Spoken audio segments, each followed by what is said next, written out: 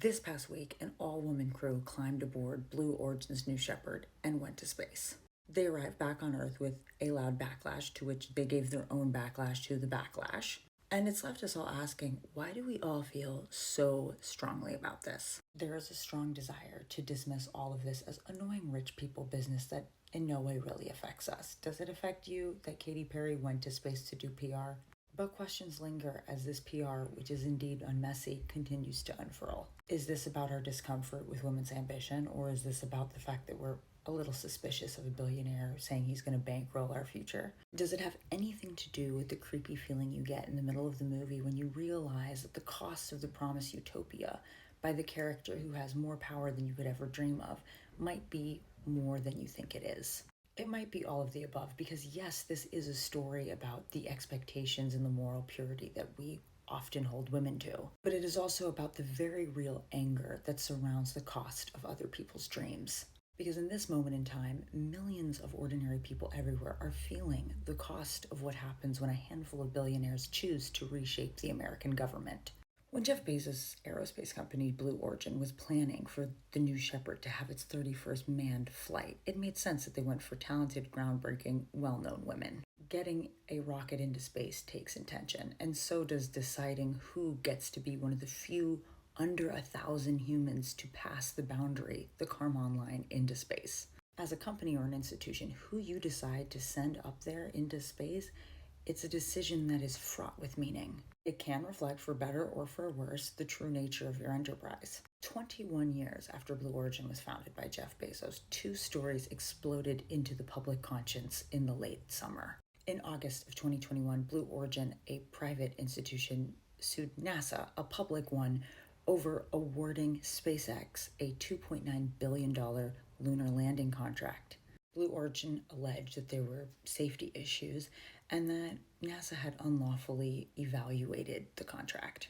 Now, the lawsuit wasn't just any old lawsuit at any old time, right? NASA is straining at this point to reach their goals for the Artemis program. These were ambitious goals and multiple missions, because this was about establishing a new presence on the moon that was ultimately a pathway to Mars. I'm not talking about zooming by Mars and zooming by the moon. I am talking about building a pathway to long-term presence on the moon and then eventually at some point Mars. The Artemis missions, which are still ongoing, were of course stalled by the lawsuit. Why does that matter? Well, Blue Origin also had a mission, and that was to revolutionize how we worked with Earth and what it meant for saving our own planet. They want to change forever our relationship to what we all now know is an extremely vulnerable planet, Earth. Mission has been very clear that they are going to use Blue Origin, and the whole name of it, Blue Origin meaning Earth, to protect and change life on Earth for everyone. And they plan to do that by tapping into space's potential. Sustainability and protection for all is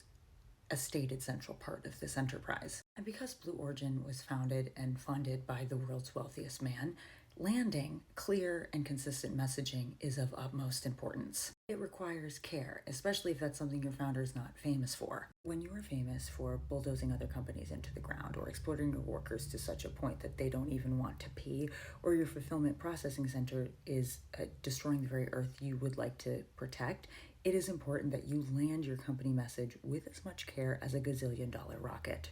Blue Origin's lawsuit, of course, made people, not just at NASA, grumble.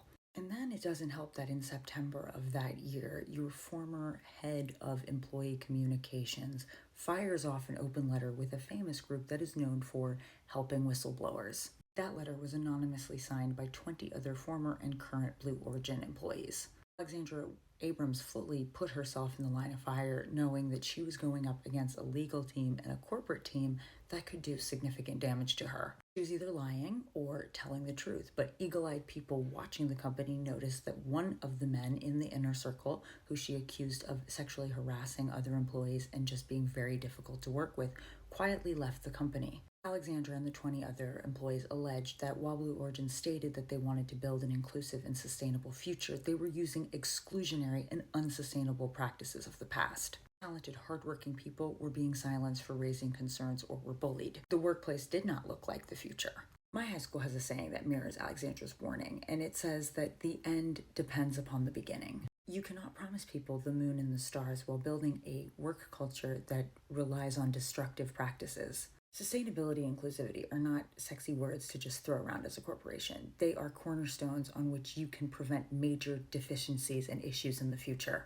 Your planning has to include multiple perspectives. It has to include evidence-based decisions by the people who will be using the technology. When we are discussing the future of the planet and an escape hatch from the world that a handful of very powerful people have created, a disaster that everyone else has to live through, it's important that we have real accountability. Why should we believe that this enterprise will be different from anything else we've seen if the people making the decisions are the same people? So why do people with immense power cozy up to a president like the one we have now, where research and actual science measures that are happening, that are about the public and for the public, are being stripped away and dismantled? Why support the powerful men who are removing the protections for the earth that affect us all? Why support a president who is deregulating anything and everything that would hold people accountable to how they treat the land and society that millions of people have to live in? It's these millions of people who even make these mega corporations the profit that they have, and yet they are eking by without any relief and living in neighborhoods that are being turned upside down and changed by policies that are falling apart.